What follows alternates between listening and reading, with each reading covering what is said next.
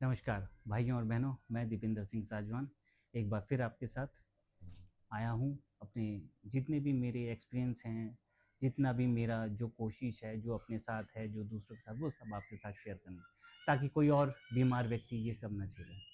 दोस्तों, होता क्या है, जैसे ही हमें पता चलता है, डॉक्टर हमें बोलता है कि आपका क्रिटेनियम बहुत बढ़ गया है, यूरिया बहुत बढ़ गया है, आपकी किडनी खराब हो गई है। जैसे ही हम ये सोचते हैं, हमें लगता है कि हो हमें क्या हो गया, लगता है अब हम नहीं बचेंगे। जो शादीशुदा है वो सोचते हैं कि अब मेरी बीवी को क्या होगा, मेरे बच्चों का क्या होगा, आगे कैसे करेंगे, क्या करेंगे, बहुत सारी चीज़ें सोचते हैं। इसके अलावा खास तौर पे जो हमारे पड़ोसी हैं, जो हमारे रिश्तेदार हैं, वो और आग में नमक छिड़कते हैं। वो कहते हैं, अरे हमारे फलाने को वो किडनी की बीमारी हुई थी, उसको ऐसा हो गया, उसको वैसा हो गया, अरे उसको किडनी की बीमारी हुई थी, ये ऐसा हो गया, वैसा हो गया। आप किसी की मत सुनिए, आप डॉक्टर की सुनिए। जैसा डॉक्टर कहता है आप वैसा कीजिए। अपना चेकअप कराइए। अगर आपका क्रिएटिनिन ज़्यादा बढ़ गया है और आपको डायलिसिस की ज़रूरत है, तो आप डायलिसिस करा सकते हैं। डायलिसिस कराने में कोई बुराई नहीं है, मगर हर किसी के कहने पे ना जाइए। मैंने ये देखा है दोस्तों, मेरी भी शुरुआती समय में मुझे जब ये परेशानी शुरू हुई थी, वैसे तो मुझे परेशानी ये बहुत पहले से शुरू हो गई थी, 2007-8 से। मगर उसके बाद मैंने अपने खाने में बहुत कंट्रोल रखा, खाता-पीता कम उस तरीके से था ताकि बीमारी और आगे ना बढ़े। मेनली है क्रिएटिनिन को कम रखा तो बीमारी जो है, क्रिएटिनिन सही रहा तो चलती रही। मगर जैसे-जैसे समय बीता, क्रिएटिनिन लेवल आगे बढ़ते रहा, डॉक्टर कहने लगे कि अब आपको डायलिसिस की ज़रूरत हो सकती है। उस समय मेरे बहुत से दोस्तों ने, खासतौर मेरे पिताजी ने भी कहा कि अरे एक आयुर्वेदिक इलाज है, उसके पास चलते हैं, वो कर देगा। हम गए आयुर्वेदिक वाले के पास, उसने हमें थैला भर के दवाइयाँ दे दी। वो दवाइयाँ हमने खाई। देखते क्या है, 1 महीने में क्रिएटिनिन लेवल थोड़ा-सा नीचे आ गया। हम बहुत खुश, हमने कहा हमारी बीमारी तो ठीक हो रही है। मगर उसके बाद अगले महीने में क्रिएटिनिन लेवल और ऊपर चला गया। हमने कहा ये क्या हो गया? पैसे भी जा रहे हैं मगर बीमारी भी ठीक नहीं हो रही है। तब हमें ये समझ में आया कि वो हमको कहता है ये मत खाओ, वो मत खाओ, ऐसा मत करो, वैसा मत करो, प्रोटीन की चीज़ें नहीं लो। उसका होता क्या है? प्रोटीन की चीज़ें नहीं लेने से आपका क्रिएटिनिन लेवल कम आता है, यूरिया कम आता है, आप दुबले-पतले होते चले जाते हैं, कमज़ोर होते चले जाते हैं, मगर आपकी बीमारी ठीक नहीं होती है। तो कभी भी आप ये मत सोचिए कि इसका इलाज है। ये एक पॉइंट है, मैं जैसे कहता हूँ, ये एक पॉइंट है, ये पॉइंट, ठीक है? इस पॉइंट पे आप खड़े हैं, ये डायलिसिस है, ठीक है? आप कहीं भी चले जाएँ, किसी भी तरफ आना आपको इसी पॉइंट में है, क्योंकि इसका कोई दूसरा इलाज नहीं है। इसका इलाज सिर्फ़ और सिर्फ़ डायलिसिस ही है।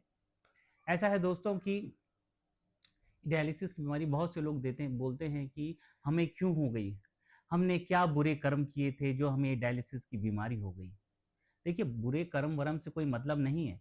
हमारा आजकल का जो खान-पीन है, जैसे हम रहते हैं, जैसे हम जीवन यापन करते हैं, उसकी वजह से हमें ये परेशानी होती है। जैसे बहुत लोगों को बीपी की प्रॉब्लम होती है, तो बीपी की प्रॉब्लम की वजह से उन्हें डायलिसिस की प्रॉब्लम होती है। वो कहते हैं दवाई क्यों खाएँ? यहाँ पे भी वो लोग आ गए दूसरे, जो ये कहते हैं कि बीपी की गोली रोज़ नहीं खाते हैं। बीपी की रोज़ गोली खाने से आपको उसकी आदत पड़ जाएगी और आप उनका कहना मान लेते हैं और आपका बीपी ऊपर और आपका किडनी फेल। कुछ लोगों को यूरिन की प्रॉब्लम होती है। ब्लैडर में जब यूरिन पूरा पास आउट नहीं होता, तो वो भर जाता है। वो फिर बैक फोर्स मारता है किडनी की तरफ। उससे किडनी डैमेज होती है। कुछ लोगों को मेंटल टेंशन से भी हो जाती है, डिप्रेशन से भी हो जाती है। कुछ लोगों को जब कभी एक्सीडेंट हो जाते हैं तो ब्लड क्लॉटिंग बहुत ज़्यादा होती है, उसकी वजह से भी उनकी किडनी फेल हो जाती है। कुछ लोगों को पानी की वजह से भी होती है।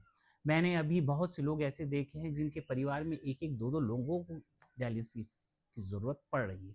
क्यों भई? जेनेटिकल थोड़ी ना है, मगर वहाँ का पानी ऐसा है। तो जिस किसी को ये लगता है कि मुझे डायलिसिस की ज़रूरत पड़ रही है और मुझे बीमारी हो गई, तो पहले तो ये पता करें कि उसको क्यों है, उसके डायलिसिस की प्रॉब्लम क्यों हुई है। कहीं पानी की वजह से हुई है तो अपना पानी सुधारें, कहीं ऐसा ना हो वो दूसरों पे भी होने लग जाए, परिवार के मेंबर्स पे। तो ये भी आपको ध्यान देना बहुत ज़रूरी है।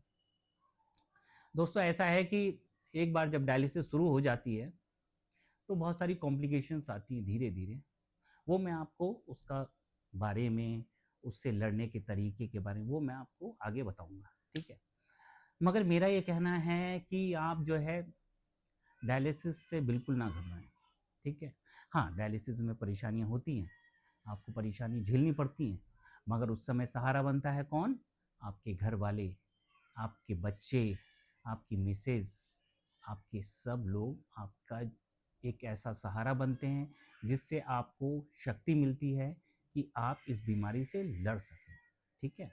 इसलिए बिल्कुल भी ना घबराएँ और जब हम अगले उसमें मिलेंगे, तब हम आपको बताएँगे कि डायलिसिस जो है, वो कितने टाइप की होती है, ठीक है? डायलिसिस शुरू करने से पहले हमको क्या-क्या लगाना पड़ता है, ठीक है? मैं एक बात और कहना चाहूँगा कि मैं ये जो डायलिसिस के बारे में आप लोगों को बता रहा हूँ, ये मैं चाहता हूँ कि ज़्यादा से ज़्यादा लोगों को इसके बारे में पता चले। तो इसके लिए मेरे आपकी अनुरोध है कि आप इसको लाइक और सब्सक्राइब भी करें, फॉलो भी करें ताकि जो है, ये चीज़ ज़्यादा से ज़्यादा लोगों तक पहुँच सके। आपका बहुत-बहुत धन्यवाद।